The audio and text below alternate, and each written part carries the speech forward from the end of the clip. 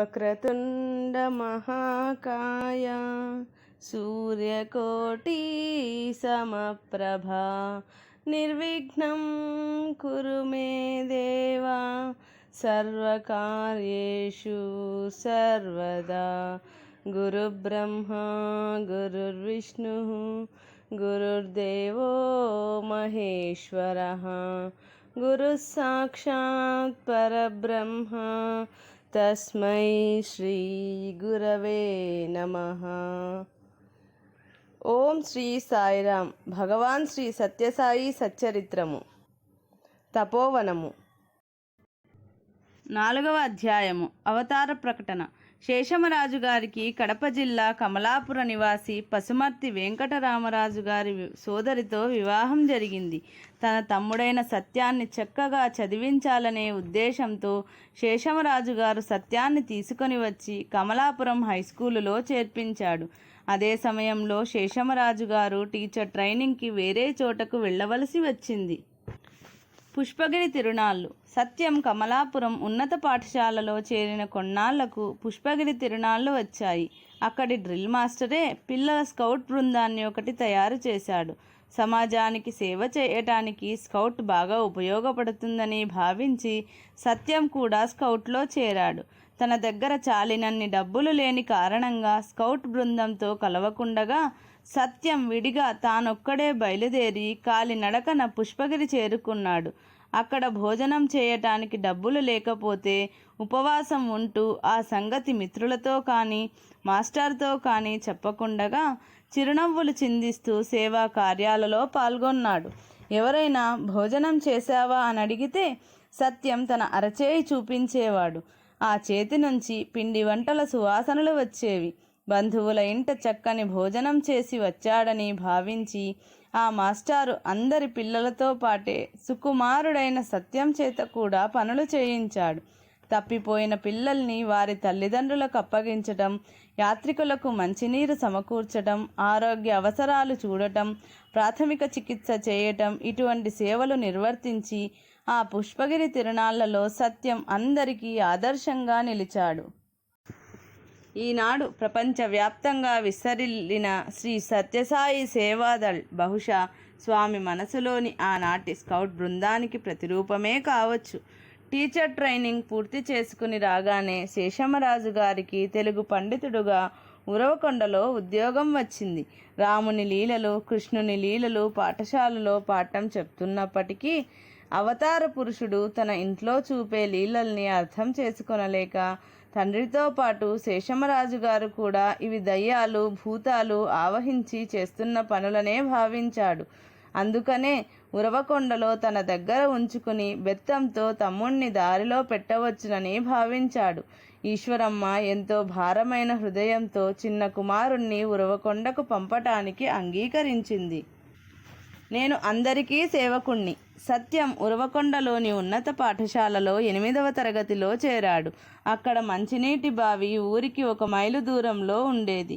అన్నగారి కుటుంబం కోసమై సత్యం అంత దూరం నుంచి కావడితో ఉదయం 2-3 సార్లు, సాయంత్రం 2-3 సార్లు మంచినీళ్లు తెచ్చేవాడు.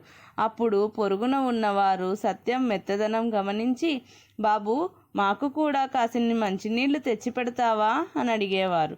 అందుకు సత్యం ఆనందంగా అలాగే తప్పకుండా అని వారికి కూడా మంచినీళ్లు తెచ్చిపెట్టేవాడు.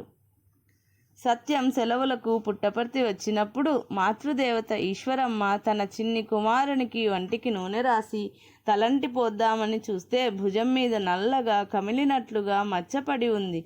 ఆమె సత్యాన్ని భుజం మీద ఆ విధంగా మచ్చ ఎందుకు పడింది అని అడిగింది. ముందు సమాధానం చెప్పలేదు సత్యం. మళ్ళీ అడిగేటప్పటికి మందహాసం చేస్తూ, అన్నయ్య కుటుంబానికి నీళ్లు కావడితో తెచ్చాను, బహుశా అందువల్ల మచ్చపడి ఉంటుంది అన్నాడు. వాళ్లకు మంచినీళ్లు నువ్వెందుకు తేవాలి అని దుఃఖోద్వేగంతో ఆ తల్లి ప్రశ్నించింది. అప్పుడు సత్యం, వాళ్ళు ఆ ఉప్పు నీళ్లతో ఎలా బ్రతుకుతారు? అయినా నేను వచ్చింది సేవ చేయటానికే కదమ్మా అన్నాడు. ఆ మాటలకు ఆ తల్లి హృదయం తల్లడిల్లిపోయింది. ఢిల్లీలో జర్మనీ రాయబార కార్యాలయంలో పనిచేస్తున్న అన్నా మరియా మార్వహ అనే ఆమె భగవాన్ బాబా దివ్య ప్రేమ మాధుర్యాన్ని రుచి చూసిన ధన్యురాలు. ఆమె ఒకసారి పుట్టపర్తి వచ్చి, స్వామి, మీ తత్వం ఏమిటి, నాకు అర్థం కావటం లేదు అన్నది.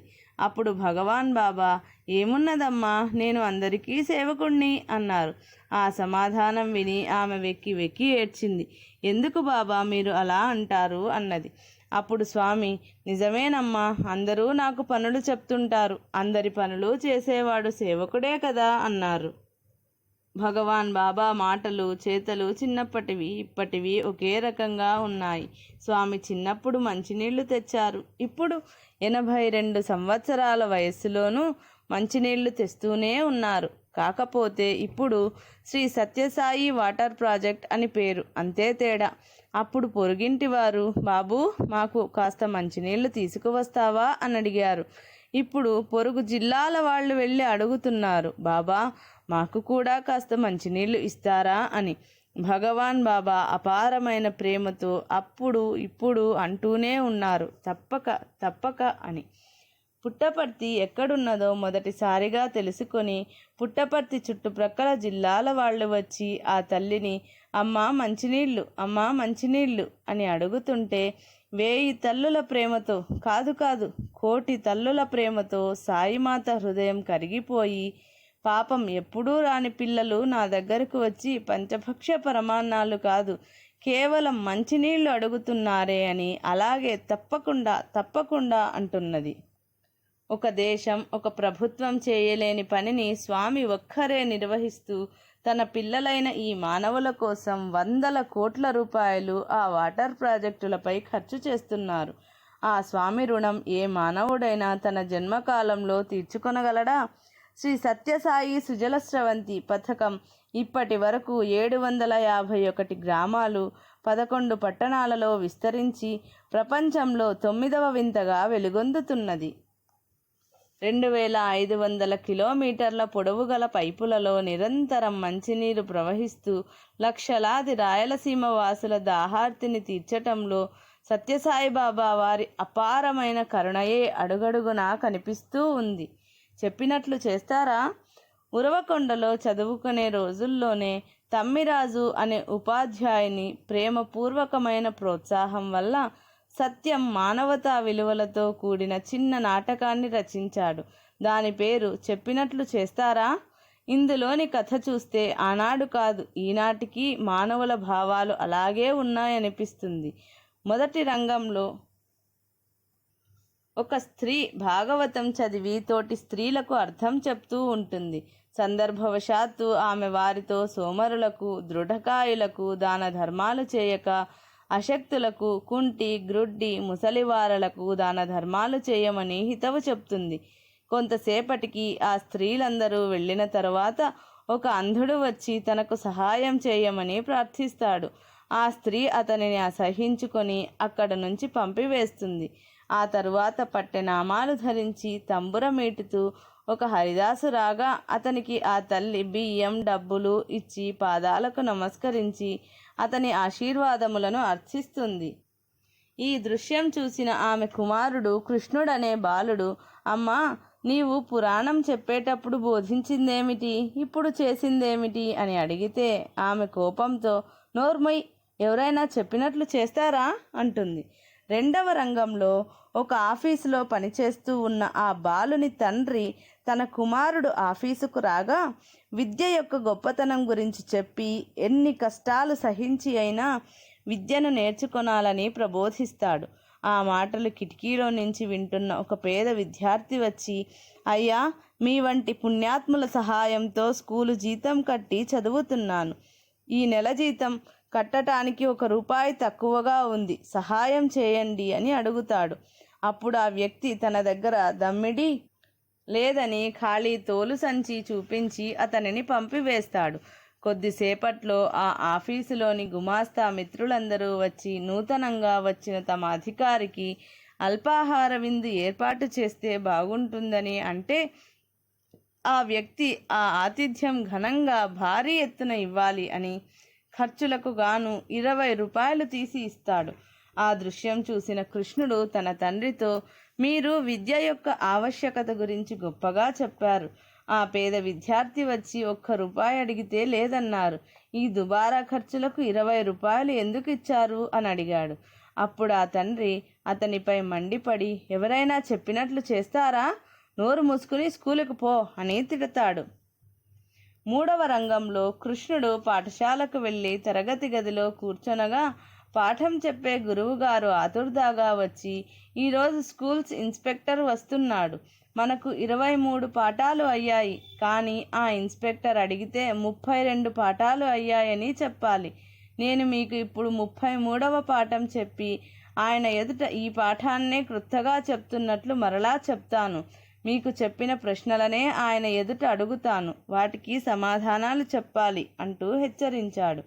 అప్పుడు కృష్ణుడు మాస్టారుని ఒంటరిగా కలుసుకొని, అయ్యా, 33వ పాఠం సత్యహరిశ్చంద్రుని గురించి కదా. ఆ పాఠం చెప్తూ కూడా మీరు ఈ విధంగా మమ్మల్ని అసత్యం పలకమనటం భావ్యమేనా అని అన్నాడు. అప్పుడు గురువుగారు కోపించి, ఎవరైనా చెప్పినట్లు చేస్తారా అని తీవ్రంగా ఆ బాలుణ్ణి మందలిస్తాడు. ఇక 4వ రంగంలో కృష్ణుడు పుస్తకాలను పారవేసి నేను స్కూలుకు పోనని మొండిపట్టు పడతాడు. తల్లిదండ్రులు మాస్టారుకి కబురు చేస్తారు. తల్లి, తండ్రి, మాస్టారు ఈ ముగ్గురు ఎదుట ఆ బాలుడు, మీరు నాకు మంచి చదువు నేర్పుతున్నారు, కానీ మీరు నన్ను మంచిని ఆచరించనివ్వటం లేదు. ఇదేనా మీరు నాకు బోధించేది? ఇటువంటి చదువు నాకు వద్దు అని వారి హృదయాలకు హత్తుకునే విధంగా చెప్తాడు. అప్పుడు వారు ముగ్గురు తాము చేసినది తప్పేనని ఒప్పుకొని పశ్చాత్తాపం పొందుతారు. ఇది వృత్తాంతం. సత్యం తన 12 సంవత్సరాల వయస్సులో రాసిన ఈ నాటకంలో కృష్ణుడు పాత్రను తానే ధరించి లోకానికి హితవును ప్రబోధించాడు. ఆనాటికి ఈనాటికి స్వామి ప్రబోధాలలో చెప్పటం కాదు, చెప్పినట్లు చేయండి అనే అభిభాషణం విశ్వమంతటికి శంఖారావం వలె వినిపిస్తూనే ఉంది. అశ్వం వృత్తాంతం. స్వామి ఉరవకొండలో చదువుకునే రోజులలో అక్కడ జట్కా బండి నడుపుకునే ఒక పేద మహమ్మదీయుని గుర్రం కనిపించలేదు. అతడు స్నేహితులతో ఊరంతా గాలించాడు. ఎంత వెతికినా గుర్రం జాడ తెలియలేదు. అప్పుడు వారు సత్యం దగ్గరకు వచ్చి అడిగితే, ఆ గ్రామానికి 1.5 మైళ్ళ దూరంలో ఉన్న తోపులో ఉంటుంది, చూడమన్నాడు. వెళ్ళి చూస్తే అక్కడ గుర్రం హాయిగా గడ్డి మేస్తూ కనిపించింది. ఆనాటి నుంచి ఉరవకొండలోని మహమ్మదీయులు సత్యం పట్ల ఎంతో ప్రేమను అభివృద్ధి గావించుకున్నారు. 13 సంవత్సరాల వయస్సు గల సత్యం చూపిన ఈ లీల గురించి చుట్టుప్రక్కల గ్రామాలకు వ్యాపించిపోయింది. షిరిడి సాయినాథుడు కూడా ఇదే విధంగా ఔరంగాబాద్ జిల్లాలోని ధూప్ఖేడా గ్రామంలో జీను భుజాన వేసుకుని తప్పిపోయిన గుర్రం కోసం తిరుగుతున్న చాంద్ పాటిల్ను చూసి జాలితో దగ్గరలోని కాలువలో వెదుకమని పలికాడు. అక్కడ క్షేమంగా ఉన్న తన గుర్రం కనిపించగా అతని ఆనందానికి హద్దు లేకపోయింది. అయితే ఈ అశ్వం అంటే ఏమిటి? చంచలమైన చిత్తం అనే అర్థం. ఈ చిత్తము పోకడను గమనించగలవాడే చిత్తచోరుడు. అశ్వం అంటే నిరంతరము కదిలేది.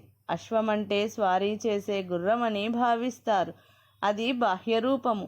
అశ్వము నిరంతరము కాలైనా, తోకైనా, చెవి అయినా కదిలిస్తూ ఉంటుంది. కాబట్టి అశ్వమంటే చంచలతత్వము. అశ్వమేధం అంటే చంచలమైన మనస్సును భగవంతునికి అర్పితము గావించటమే. అశ్వత్థ వృక్షము కూడా అంతే. గాలి లేకున్నా దాని ఆకులు కదులుతూనే ఉంటాయి. మానవుని మనస్సు కూడా జాగ్రత్త స్వప్నములందు కదులుతూ ఉంటుంది. అశ్వమును బలి ఇవ్వమంటే మనం మృగతత్వమును బలి ఇవ్వమని అర్థము. మృగములను తెచ్చి బలి ఇవ్వమని కాదు అంటారు భగవాన్ బాబా. నటన సూత్రధారి నర్తకిగా నాట్యం చేసిన సన్నివేశం.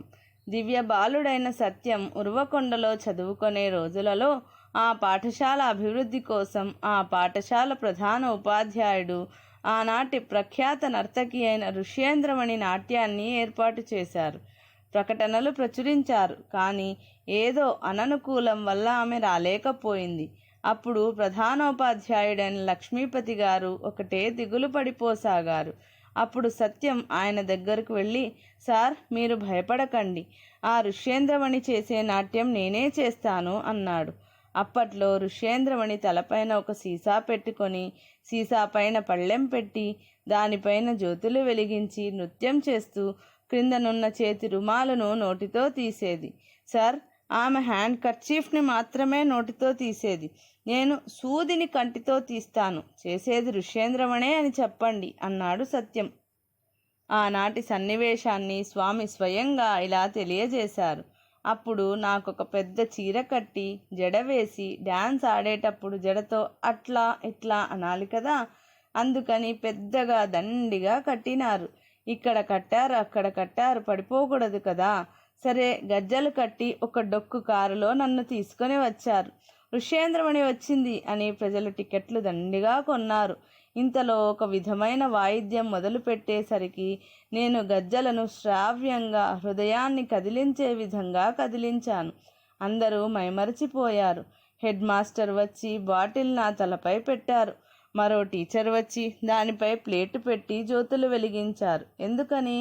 లోపల వాటిని కరిపించుకున్నానేమోనని అనుమానం కదా ఈ మానవులకు. వాద్యాలు వాయించటం మొదలుపెట్టారు. ఇక నేను కంటికి కనిపించకుండగా గిరగిరా తిరుగుతూ ఉన్నాను. డాన్స్ చేస్తూనే క్రిందకు వంగి సూదిని కంటితో తీశాను. అందరూ చప్పట్లు కొట్టారు. అప్పుడు కలెక్టరు ఒక మెడలు తెచ్చి నాకు వెయ్యాలని వచ్చాడు. అతని పేరు హార్సీ, బ్రిటిష్ వాడు. నన్ను ముట్టి మెడల్ వేయాలన్నాడు. నేను ముట్టనివ్వనన్నాను. నేను నీ బ్రదర్ లాంటి వాడిని. నేను ఈ మెడల్ని నీ మెడలో వేస్తానన్నాడు అతడు. నేను నీ సిస్టర్ లాంటి దానిని. ఆ మెడల్ నా చేతికి ఇవ్వండి అన్నాను నేను. స్క్రీన్ వెనుక నుండి హెడ్ మాస్టర్ చెబుతున్నాడు. ఆయన కలెక్టర్, నీవట్ల అనకు, తీసుకో అని. కానీ నేను ఋష్యేంద్రమణిగా వచ్చాను కదా, నేను ముట్టనివ్వనన్నాను. అందుకే అందరూ క్లాప్స్ కొట్టి కలెక్టర్ గారిని చేతికిచ్చి రండని అనటంతో చివరకు ఆయన చాలా నిరాశతో చేతికిచ్చి వెళ్ళిపోయాడు. ఇక మరునాడు Kadapa district board president Ramasubbamma గారు వచ్చి ఋష్యేంద్రమణి గారి వల్లనే ఈ స్కూలు బిల్డింగుకు తగినంత డబ్బు సహాయం జరిగింది. ఆమెకు సత్కారం చేయాలనే ఉద్దేశంతో ఒక పెద్ద చీర తెచ్చాము అని ఋష్యేంద్రమణి గారు అంటూ స్టేజీ మీదకు పిలిచారు. ఎక్కడ నుంచి వస్తుంది ఋష్యేంద్రమణి? అందరూ చూస్తున్నారు. నేనొక నిక్కరు వేసుకుని పరిగెత్తుకుని వచ్చాను. అక్కడొక పోలీసు ఉండి నన్ను అడ్డగించాడు. అప్పుడు మా హెడ్ మాస్టర్, నిన్నటి ఋష్యేంద్రమణి ఆ బాలుడే, వెళ్ళని అన్నారు. నన్ను చూసి అందరూ ఆశ్చర్యపోయారు. అప్పుడు కడప రామసుబ్బమ్మ నన్ను గట్టిగా ఎత్తుకొని ముద్దు పెట్టుకుని, నాయనా, ఎంతో గౌరవాన్ని తెచ్చిపెట్టినావు ఈ చిన్న వయసు లోపల. మన భారతదేశంలో ఇలాంటి వారంతా ఉంటున్నారా అని ఎంతో పొగిడింది. ఆనాటి నుండి ఆమెకు స్వామి అంటే చాలా ప్రేమ. ఎక్కడికి పోయినా ఆమె స్వామిని గురించి చాలా చెప్పేది. ఆ విధంగా ఆనాడు ఉరవకొండ స్కూలుకు ప్రదర్శనను అందించాము అని స్వామి తాను చిన్నప్పుడు స్త్రీగా అభినయించి సదస్యులను పరవశులను గావించిన ఘట్టాన్ని తెలియజేశారు. భగవంతునికి ఈ విశ్వమంతా రంగస్థలమే. ఆనాటి నుంచి లీలామానుష వేషధారి అయిన సత్యసాయి పరమాత్ముడు తన మధుర మనోహరమైన గానంతో, ఆనంద నృత్యంతో జగత్తునంతా సమ్మోహితం చేస్తూనే ఉన్నారు. తేలు కుట్టటం 1940 మార్చి 8వ తేదీ నాడు ఒక విచిత్రం జరిగింది. సత్యాన్ని ఒక తేలు కుట్టిన కారణంగా ఆ బాలుని శరీరం మొద్దుబారిపోయి అతడు బాహ్యస్మృతి కోల్పోవటం, ఉరవకొండ అంతా ఈ విషయం ప్రాకిపోయి అందరూ ఆందోళన చెందటం జరిగింది. ఆ ప్రాంతాలలో తేళ్ల విషం ప్రాణాంతకంగా ఉండేది. సత్యానికి వెంటనే ఇంజెక్షన్లు, మందులు వాడినా ఏమీ ప్రయోజనం కనిపించలేదు. క్రమంగా 1-2 రోజులకు సత్యం లేచి తిరగసాగాడు. కానీ అప్పటి నుంచి అతని శారీరక మానసిక స్థితిలో పూర్తి మార్పు కనిపించసాగింది. ఈ బాలునిలో గూఢంగా ఉన్న పరమాద్భుతమైన దివ్య చైతన్యం ఒక్కసారిగా మేల్కొన్నట్లయింది. షిరిడీ సాయినాథుడు తన అనంతమైన దివ్య శక్తుల్ని ఈ బాలుని రూపంగా ప్రస్ఫుటంగా ఆవిష్కరింపబోతున్నాడు. సత్యం నిర్లిప్తంగా ఏదో ఆలోచిస్తూ పద్యాలు పాడటం, శ్లోకాలు చదవటం, వేదాంత విషయాలు చెప్పటం అందరికీ విచిత్రంగా అనిపించసాగింది. కొన్నాళ్ల తరువాత భగవాన్ బాబా ఎదుట ఒక వ్యక్తి ఉపన్యాసం ఇస్తూ, స్వామికి తేలు కుట్టటం వల్ల ఆనాటి నుంచి దివ్యశక్తులు వచ్చాయి అన్నాడు.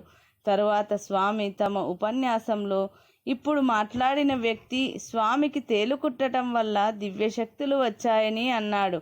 అతన్ని ఒక 100 తేళ్లతో కుట్టించుకొనమనండి, ఎన్ని దివ్యశక్తులు వస్తాయో చూద్దాం అన్నారు.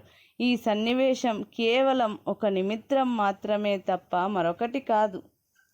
సంస్కరణ. ఒకనాడు సత్యం అంతర్ముఖుడై ఉండి ప్రక్క ఇంట్లో నారాయణ శాస్త్రి భాగవతం తప్పులతో చదువుతున్నాడు. ఆ శాస్త్రిని ఇటు పిలుచుకొని రండి అన్నాడు. కొందరు వెళ్ళి ఆయనకి ఈ విషయం చెప్తే, పిల్లవాడేమిటి, నేను చదివే భాగవతంలో తప్పులు పట్టడం ఏమిటి అని ఆ పండితుడు రాలేదు. కానీ సత్యం పట్టుదల వల్ల పెద్దలు వెళ్ళి ఆయనను బ్రతిమలాడి పిలుచుకొని వచ్చారు. సత్యం ఆయన చదివిన తప్పులన్నీ చెప్పి పురాణాలలో కొన్ని ప్రశ్నలు వేశాడు. నారాయణ శాస్త్రి పండితుడు సత్యం ప్రతిభకు ఆశ్చర్యపడి అతనిలోని దివ్యత్వం గుర్తించి సాష్టాంగ నమస్కారం చేశాడు. ఈనాటికి భగవాన్ బాబా పాండితీ ప్రకర్షతో కేవలం పుస్తకాలలో మంత్రాలలో మాత్రమే భగవంతుణ్ణి వెతుకుతూ ఎదుట మానవాకారం ధరించి ఉన్న అవతార పురుషుణ్ణి గుర్తించలేనటువంటి పండితులకు కనువిప్పు కలిగిస్తూనే ఉన్నారు. ఒకసారి పుట్టపర్తిలో నవరాత్రి ఉత్సవాల సందర్భంగా జరిగే యజ్ఞానికి కొందరు వేదాంత విశారదులైన పండితులు వచ్చారు. వేదికపై యజ్ఞం చేస్తున్నారు. వారికి భగవాన్ బాబా దివ్యత్వం మీద నమ్మకం లేదు. అందువల్ల వారికి సాయినాథునిపై ప్రేమ భక్తి ఏర్పడలేదు. ఆ భావనతో, ఆ ఉదాసీనతతో ఒక పండితుడు మంత్రోచ్చారణ చేస్తూ ఒక మంత్రాన్ని తప్పుగా పలికాడు. అయినా ఆ వేదోచ్చారణ ఎవరికి తెలుసులే అని ముందుకు వెళుతున్నాడు. అప్పుడు సాయి భగవానుడు ఒక్కసారి ఆయన వైపు చూసి, శాస్త్రి సరిగ్గా చదువు అన్నారు. అంతే, ఆయన ఒళ్ళు జలధరించింది. అప్పుడు స్వామి ఆ మంత్రాన్ని మధుర స్వరంతో పలకటం ఆరంభించారు. వారంతా దిగ్భ్రాంతి చెంది స్వామి స్వరంతో స్వరం కలిపి చెప్పసాగారు. సహనము. ఉరవకొండలో మహిమలు చూపే ఈ వింత బాలుణ్ణి చూడటానికి ఎక్కడెక్కడి వారు రావటం మొదలుపెట్టారు. వచ్చిన వారు ఇదేదో చేతబడి అని, దయ్యం పట్టిందని, భూతం ఆవహించిందని, ఫలానా వ్యక్తి నయం చేస్తాడని ఇలా చెప్పటం ఎక్కువైంది.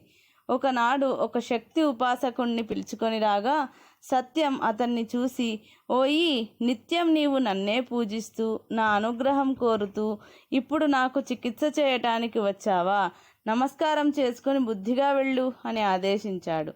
ఆ శక్తి ఉపాసకుడు భయభ్రాంతుడై నమస్కరించి అక్కడి నుంచి వెళ్ళిపోయాడు. సత్యాన్ని తల్లిదండ్రులు ఉరవకొండ నుంచి పుట్టపర్తి తీసుకొని వచ్చారు. బళ్ళారిలో, ధర్మవరంలో ప్రముఖ వైద్యులకు చూపించారు. వారెవరికి ఈ వ్యాధి అంతుపట్టలేదు.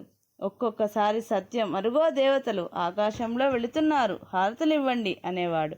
ఇంట్లో వారికి ఈ మాటలు విచిత్రంగా ఉండేవి. అప్పుడు కదిరి దగ్గర ప్రఖ్యాత భూత వైద్యుడున్నాడని, అతడు ఎటువంటి భూతాన్నైనా లొంగదీసుకోగలడని కొందరు చెప్పగా పెదవెంకమరాజు సత్యంతో పాటు శేషమరాజును, తన కుమార్తెలను కూడా తోడు తీసుకుని ఎడ్లబండిపై వెళ్ళాడు. ఆ భూత వైద్యుడు భయంకరమైన ఆకారంతో, ఎర్రని కళ్ళతో భీతి గొలుపుతూ ఉన్నాడు. అతడు ఈ 14 సంవత్సరాల చిన్నారి బాలుణ్ణి అనాగరికపు ఆచారాలతో, మొరటి చికిత్సలతో హింసించటం ఆరంభించాడు. శిరస్సుపై కత్తితో ఘాట్లు కోసి ఆ ఘాట్లలో నిమ్మరసం, ఉల్లిరసం పిండి, కంట్లో కలికం పెట్టి 101 కడవల నీరు శిరస్సుపై పోసి ఇలా చాలా చాలా ఘాతుకంగా వేధించాడు. ఆ సమయంలో సత్యం చూపిన సహనం ఆ కుటుంబ సభ్యులకు కలవరపాటును కలిగించి వారిని తీవ్ర ఆవేదనకు గురిచేసింది. చివరకు ఆ భూత వైద్యుడు తనకా భూతం లొంగటం లేదనే కోపంతో మరింత రెచ్చిపోతుండగా పెదవెంకమరాజు కొడుకు, కుమార్తెలు ఆందోళన చెంది అతనిని బ్రతిమలాడి పిల్లవానికి కాస్త శక్తి వచ్చిన తరువాత మరలా వస్తామని చెప్పి మెల్లగా ఆ క్షుద్ర మాంత్రికుని కోరలలో నుంచి బయటపడ్డారు.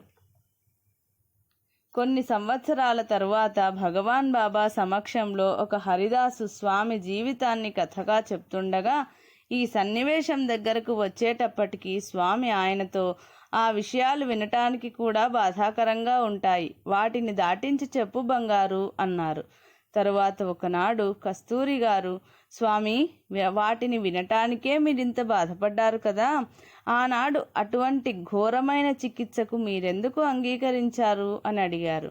అందుకు సాయినాథుడు ఆయనతో, ఈ శరీరానికి కలిగే ఎటువంటి బాధ అయినా అది నాకు అంటదని, నేను సుఖదుఖాలకు అతీతుడనని లోకానికి తెలియపరచడం కోసం నేను దానిని భరించాను. అలా భరించడం వల్లనైనా ప్రజలు నన్ను విశ్వసించి భక్తి సామ్రాజ్యంలో అడుగు పెడతారనే నమ్మకంతో ఆ కష్టాలను ఆహ్వానించాను అన్నారు. ఒకనాడు పెనుగొండలో న్యాయవాదిగా పనిచేస్తున్న కృష్ణమాచార్యులు గారు వచ్చి సత్యాన్ని పరిశీలించి తాననుకొన్న దానికంటే వ్యాధి చాలా తీవ్రస్థితిలో ఉన్నదని, వెంటనే సత్యాన్ని ఘటికాచలం తీసుకొని వెళ్ళమని, అక్కడ నరసింహస్వామిని దర్శింపచేస్తే వ్యాధి నయమవుతుందని చెప్పారు. ఆ మాటలు విని సత్యం నవ్వి, కృష్ణమాచార్యులు గారు, ఘటికాచలం దేవాలయంలో ఎవరున్నారు? నేనే కదా, నన్ను నా దగ్గరికే తీసుకొని వెళ్ళమని చెప్తున్నారా అన్నాడు. నేను సాయిబాబాను. అది 1940వ సంవత్సరం మే నెల 23వ తేదీ. సత్యం పుట్టపర్తి గ్రామంలో అరుగు మీద చేరిన వారందరికీ పటిక బెల్లం, పుష్పాలు మొదలైన వాటిని సృష్టించి ఇస్తున్నాడు. ఆ సమయంలో కొందరు పెదవెంకమరాజును ఆనందప్రదమైన ఆ దృశ్యాన్ని చూడటానికి రమ్మని పిలిచారు. తన కుమారుడు చూపే మాయమర్మాల్ని భరించలేకపోయాడు ఆ తండ్రి. వెంటనే ఒక కర్ర చేత్తో పట్టుకు వచ్చి, నీవెవరవు? దేవుడవా? దయ్యానివా? నిజం చెప్పు అని గద్దించాడు. సత్యం తండ్రి వైపు చూసి పరమ ప్రశాంతంగా, నేను సాయిబాబాను, ఆపస్తంభ సూత్రుణ్ణి, భారద్వాజస గోత్రుణ్ణి. భయాందోళనలలో ఉన్న మిమ్మల్ని అందరినీ రక్షించటానికి వచ్చాను. మీ వెంకావధూత నన్ను మీ వంశంలో జన్మించమని ప్రార్థించాడు. అందుకని నేను అవతరించాను అన్నాడు. ఆ సమాధానం విని వెంకమరాజు నిశ్చేష్టుడయ్యాడు. వెంకమరాజు ఎందుకని క్షణంలో అలా తగ్గిపోయాడు? వెంకావధూత పేరు వినగానే ఆయనలో ఆ మార్పు ఎందుకు కలిగింది? ఎవరికీ అర్థం కాలేదు. పెదవెంకమరాజు తండ్రి అయిన కొండమరాజు గారి దగ్గరకు వెంకావధూత అనే మహాత్ముడు వస్తూ ఉండేవాడు. ఆయన నిరంతరం చెరగని చిరునవ్వుతో చిదానంద స్వరూపుడై విలసిల్లుతుండేవాడు. ఆయన ధరించిన వస్త్రాలు ఆయన శరీరం మీద చిరిగిపోవలసిందే. ఆయన ఎవరి తల మీదనైనా చేతితో స్పృశిస్తే వారికి దివ్యానుభూతులు కలిగేవి. ఆయన ఎక్కడ ఉంటాడో, ఎప్పుడు వస్తాడో, ఎక్కడికి వెళతాడో ఎవరికీ తెలియదు. నీటి ప్రవాహంలో కొయ్య మాదిరి సంచరించే అటువంటి సన్యాసిని అవధూత అంటారు. షిరిడి సాయినాథుణ్ణి చిన్నప్పుడు పెంచి పెద్ద చేసిన వెంకూస ఈయనేనని అభిజ్ఞులు అంటారు. ఆ వెంకావధూత అప్పుడప్పుడు వచ్చి కొండమరాజు గారితో కొంతసేపు ఆధ్యాత్మిక విషయాలు ముచ్చటించి వెళుతుండేవాడు. ఒకనాడు ఆ విధంగా పుట్టపర్తి ఊరి బయట అరటి తోటలో కూర్చొని ఇద్దరు ఆధ్యాత్మిక విషయాలు మాట్లాడుకునే సమయంలో వెంకావధూత ఆకస్మికంగా మౌనం వహించాడు. అప్పుడు కొండమరాజు, స్వామి, ఎందుకలా మౌనంగా ఉన్నారు అని ప్రశ్నించాడు. అప్పుడు వెంకావధూత, కొండమరాజు, భూదేవి ఏడుస్తున్నదయ్యా, భూదేవి ఏడుస్తున్నది, నీకు వినిపించటం లేదా అన్నాడు. కొండమరాజు ఆశ్చర్యంతో చూడసాగాడు. అప్పుడు వెంకావధూత, కొండమరాజు, త్వరలో భగవంతుడు ఆవిర్భవిస్తాడు, నీవు భగవంతుణ్ణి చూస్తావు అని 1-2 సార్లు చెప్పి తన మాట నమ్మినట్లుగా చేతిలో చెయ్యి వేయించుకున్నాడు కూడా. తరువాత కొన్నాళ్లకు వెంకావధూత భౌతిక శరీరం పరిత్యజించాడు. ఈనాడు తన ఇంట్లో ఈ దివ్య బాలుడు ఒక్కసారిగా మహాత్ముడైన ఆ వెంకావధూత పేరు స్మరించేటప్పటికీ వెంకావధూతతో తమ కుటుంబానికున్న అనుబంధం, ఆయన తన తండ్రితో చెప్పిన మాటలు గుర్తుకు వచ్చి పెదవెంకమరాజు ఆశ్చర్యపోయాడు. ఈ విషయాలు వినగానే వృద్ధుడైన కొండమరాజు నేత్రాలు ఆనంద భాష్పాలతో నిండిపోయాయి. అయితే ఈ సాయిబాబా ఎవరో ఎవరికీ అర్థం కాలేదు. ఆ రోజులలోనే పెనుగొండకి ఒక ప్రభుత్వ అధికారి బదిలీ అయి వచ్చాడని, ఆయన సాయిబాబా అనే ఫకీరుని నిత్యం పూజిస్తూ ఉంటాడని విని పెదవెంకమరాజు ఒక రోజున సత్యాన్ని తీసుకొని వెళ్ళి ఆయనకు చూపించాడు. అతడు సత్యాన్ని చూసి, ఇది మెదడు చెడిన వ్యాధి, హాస్పిటల్లో చేర్చి మంచి వైద్యం చేయించటమే దీనికి తగిన మందు అని చెప్పాడు. ఈ మాటలు విని సత్యం, మెదడు చెడినది నీకా నాకా?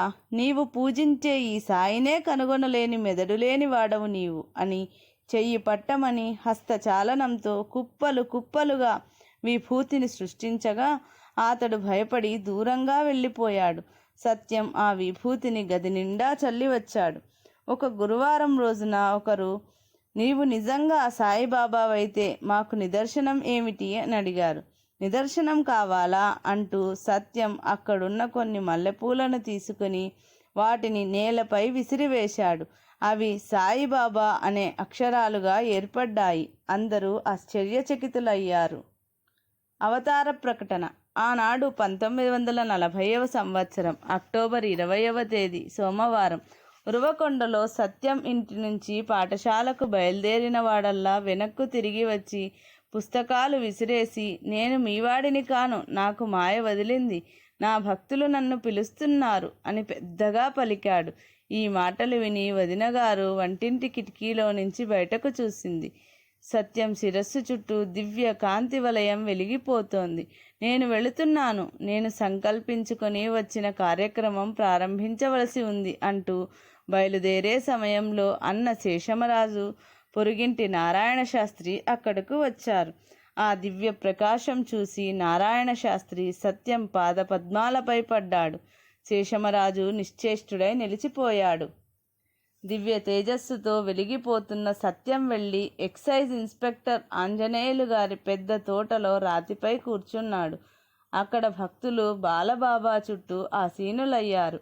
అప్పుడు భగవాన్ బాబా, ఈనాడు ప్రపంచమంతా మారుమ్రోగిపోతున్న భజన సాంప్రదాయానికి తొలిగీతమైన మానస భజరే గురుచరణం, దుస్తర భవసాగర తరుణం, గురు మహారాజ్ గురు జై జై, సాయినాథ సద్గురు జై జై, ఓం నమ శివాయ, ఓం నమ శివాయ, ఓం నమ శివాయ నమ, ఓం అరుణాచల శివ, అరుణాచల శివ, అరుణాచల శివ, అరుణాశివోం, ఓంకారం భవ, ఓంకారం భవ, ఓంకారం భవ, ఓం నమో బాబా. మానస భజరే గురుచరణం అను పాటను పాడుతుండగా భక్తులు తన్మయత్వంతో ఆలపిస్తూ భజన చేయసాగారు. కొందరు భక్తులు అగరు ధూపాలు వెలిగించారు, కొందరు సత్యానికి పుష్పహారాలు వేశారు. అప్పుడు ఒక ఫోటోగ్రాఫర్ వచ్చి భగవాన్ బాబాను ఫోటో తీయబోతూ అక్కడ బాబా ఎదుట అడ్డంగా ఉన్న చిన్న రాతిని తీసివేయమని చెప్పాడు. అది అలాగే ఉంటుంది, ఫోటో తీయమన్నాడు సత్యం. ఆ ఫోటోలో ఆ రాయి షిరిడీ సాయిబాబా రూపంలో కనిపించి అందరినీ ఆశ్చర్యంలో ముంచెత్తింది. భగవాన్ బాబా గురించి ప్రాచీన గ్రంథాలలో భారత జ్యోతిష్య పరిశోధన మండలి సభ్యుడు డాక్టర్ ఈవివి శాస్త్రి గారు కొన్ని వేల సంవత్సరాల క్రితం ఋషుల చేత రచింపబడిన కొన్ని నాడీ గ్రంథాలను పరిశీలించి వాటిల్లో భగవాన్ శ్రీ సత్యసాయిబాబా గురించి చెప్పబడిన అద్భుతమైన విషయాలను ప్రకటించారు. అగస్త్య నాడీ గ్రంథంలో సాయిబాబా విద్యుత్ వేగంతో రోగ నివారణ చేస్తారు, సంకల్ప మాత్రం చేతనే ఆరోగ్యాన్ని ప్రసాదిస్తారు, అనేక విద్యా సంస్థలను స్థాపిస్తారు, ధార్మిక జీవితం గురించిన గ్రంథాలనెన్నో ప్రచురిస్తారు, మానవులలో ఆధ్యాత్మిక తత్వాన్ని పెంపొందింపచేస్తారు. ధర్మోద్ధరణ, ధర్మ సంస్థాపన వారి ప్రధానమైన జీవిత ధ్యేయాలు. పూర్వజన్మలో ఆయన షిరిడీ సాయిబాబా, ఆయన మూర్తీభవించిన అనుగ్రహము, ఆయన జగత్పిత అని పేర్కొనబడింది. బుధనాడిలో బాబా నిరంతరము ఆనంద తన్మయత్వంలో నిమగ్నులై ఉంటారు అని ఉన్నది. శుక్రనాడీ గ్రంథంలో ఆయన నివసించే మందిరానికి ప్రశాంతి నిలయమని పేరు ఉంటుంది. ఆయన సత్య, ధర్మ, శాంతి, ప్రేమ మార్గాలలో శాశ్వతానందాన్ని లోకంలో స్థాపించి వ్యాపింపచేస్తారు. ఆయన మానవులకు సేవ చేయటంలో ఎంతో ఆనందం పొందుతారు. ఆయన అవతార పురుషుడు అని రాయబడి ఉంది. శ్రీ చిన్నదురై బ్రహ్మనాడిని పరిశీలించి చెప్పిన అంశాలు సత్యసాయినాథునికి అక్షరాలా సరిపోతాయి. ఆయన జీవితంలో గురువారములు పవిత్ర దినములు. ఆయన మానవ మాతృని వలె, పుట్టపర్తి నివాసి వలె భ్రాంతి కలిగిస్తుంటారు. ఆయన నారాయణుడను పేరు కలిగి ఉంటారు. ఆయన శివశక్తి అంశమున ఉద్భవించిన అవతారము. షిరిడీ సాయి పునరవతారము.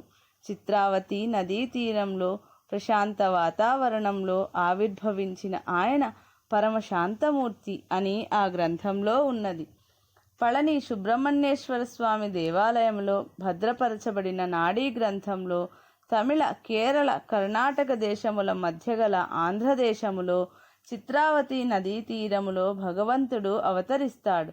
ఆయన నామధేయము సత్యనారాయణ. ఆయన యోగీశ్వరుడు, పరమయోగి. ఆయన నిద్రించడు అని ఉంది. పరాశర మహర్షి రచించిన పద్మపురాణములో పర్తి అనే గ్రామంలో సత్యం అనే పేరుతో ఒక వ్యక్తి ఉద్భవిస్తాడు. అతడు 5 అడుగుల 3 అంగుళాల పొడవు ఉంటాడు. అతడు యావత్తు ప్రపంచాన్ని ఆకర్షించే శక్తివంతమైన అయస్కాంతము వలె విలసిల్లుతాడు అని ఉన్నదని ఆ పురాణాన్ని విల్సన్ అనే ఆంగ్లేయుడు ఇంగ్లీషులోకి అనువాదం చేశాడని భగవాన్ బాబా తెలిపారు. జైమిని భారతం సమగ్ర గ్రంథం హిమాలయాలలోని కొందరు విశిష్ట వ్యక్తుల దగ్గర ఉన్నదని, అందులో సత్యసాయి గురించి స్పష్టంగా ఉన్నదని కూడా భగవాన్ బాబా తెలిపారు. అరవింద మహర్షి మహాయోగి, మహారుషి. ఆయన పుదుచ్చేరిలోని తన ఆశ్రమంలో 1923 నుండి 1926 వరకు తీవ్ర తపస్సాధనలో నిమగ్నులై ఉన్నారు. మానవోద్ధరణ కోసం భగవంతుడు మానవలోకంలో అవతరించాలని ఆయన ప్రార్థిస్తున్నారు. 1926వ సంవత్సరం నవంబర్ 24వ తేదీ నాడు ఆయన తపస్సమాధి నుంచి బయటకు వచ్చి నిన్నటి రోజున భగవంతుడు భూమి మీద అవతరించాడు. ఆయన తన అనంత దివ్యశక్తితో మానుష భావాలను ఊర్ధ్వముఖంగా మళ్లించి దివ్య జ్యోతిని ప్రతి హృదయంలోనూ వెలిగిస్తాడు. ఆయన దివ్యవాణిని ప్రపంచంలోని అశేష జనావళి వినగలదు అని ప్రకటించారు. అరవింద మహర్షి ఉద్దేశించింది శ్రీ సత్యసాయి భగవానున్నే అనేది ఆయన చెప్పిన జన్మతిథిని బట్టి విశదమవుతున్నది. మహమ్మద్ ప్రవక్త ప్రసంగాలు ఆయన జీవితకాలం తరువాత 700 సంవత్సరాలకు ది ఓషన్ ఆఫ్ లైట్ అనే 25 సంపుటాలుగా వెలువడినాయి. అందులో రాబోయే జగత్ప్రభువును గుర్తుపట్టదగిన అంశాలు ఇలా పేర్కొనబడినాయి. ఆయన శిరోజములు దట్టముగా ఉంటాయి. నుదురు విశాలముగా ఉంటుంది. బుగ్గ మీద పుట్టుమచ్చ ఉంటుంది. గడ్డము ఎప్పుడూ గీయబడి ఉంటుంది. ఆయన 2 వస్త్రములు ధరిస్తారు. ఆయన వస్త్రము అగ్నిజ్వాల వలె ఉంటుంది. ఆయన ముఖకాంతి ఒకప్పుడు రాగి రంగులో, ఒకప్పుడు బంగారపు రంగులో, ఒకప్పుడు శ్యామల వర్ణంలో, ఒకప్పుడు చంద్రబింబం వలె ఉంటుంది. ఆయన ఆకృతి చిన్నదిగా ఉంటుంది. ఆయన పాదాలు స్త్రీ పాదాల వలె సుకుమారంగా ఉంటాయి. పుట్టుక నుంచి ప్రపంచంలోని సర్వమతములు, సర్వబోధలు ఆయన హృదయంలో ఉంటాయి. ప్రపంచంలోని సకల విజ్ఞానాలు ఆయన తలలో ఉంటాయి. నీవు భగవంతుని వేడుకొనే సర్వ పదార్థాలను ఆయన ప్రసాదించగలడు. ప్రపంచంలోని నిధి నిక్షేపాలన్నీ ఆయన పాదాల క్రింద ఉంటాయి. ఆయన భక్తుల మధ్యకు వెళ్ళి తన చేతితో వారి శిరస్సును స్పృశిస్తారు. ఆయనను చూచిన ప్రతివారు ఆనందం అనుభవిస్తారు. ఆయన ఒక కొండ మీద నివసిస్తారు. ఆయన భూమిపై 95 సంవత్సరములు జీవిస్తారు. ఆయన ప్రపంచాన్ని శాంతితో నింపుతారు. ఈ జగత్ ప్రభువు తన శరీరము నుండి, నోటి నుండి తన చిహ్నములను వెలువరిస్తారు అని ఈ విధంగా సుమారు 27 అంశాలు సత్యసాయి భగవానునికి స్పష్టంగా సరిపోయేవి కనిపిస్తాయి. నోస్త్రాడామస్ అనే భవిష్యత్ ద్రష్ట అయిన ఫ్రెంచ్ దేశస్థుడు తన సెంచరీస్ అనే గ్రంథంలో రాబోయే జగత్ పరిపాలకుడు గురువారములు పవిత్ర దినములుగా భావిస్తాడు. ఆయన అనంతమైన జ్ఞానానికి, శక్తికి అన్ని దేశాలు ఆయనను ఆశ్చర్యంతో అభినందిస్తాయి అని పేర్కొన్నాడు. బైబిల్లోని ప్రకటన గ్రంథంలో ప్రభువు రాకను గురించి వివరించబడింది. యోహాన్కు దేవదూత కనిపించి సందేశాన్ని వినిపిస్తాడు. ఆ ప్రభువు సత్యమైన నామము గలవాడు. దేవుని వాక్యమే ఆయన నామము. ఆయన నేత్రములు అగ్నిజ్వాలల వంటివి. ఆయన శిరస్సు మీద అనేక కిరీటములు ఉంటాయి. ఆయన నోటి నుంచి వెలువడే వాక్కు ఖడ్గము వలె ఉంటుంది. రక్తములో ముంచబడిన వస్త్రాన్ని ఆయన ధరిస్తారు అని. ఈ విధంగా కరుణామయుడు, ప్రేమ స్వరూపుడు అయిన సత్యసాయి అవతారము గురించి వివిధ మత గ్రంథాలలో ఉల్లేఖింపబడి ఉంది. అట్టి సత్యసాయి బాబా వారి పాదపద్మాలకు శతకోటి వందనాలు. ఓం శ్రీ సత్యసాయి పరబ్రహ్మణే నమః. శాంతి శాంతి శాంతి. ఇది 4వ అధ్యాయం సంపూర్ణం. ఇది 2వ రోజు పారాయణం సంపూర్ణం.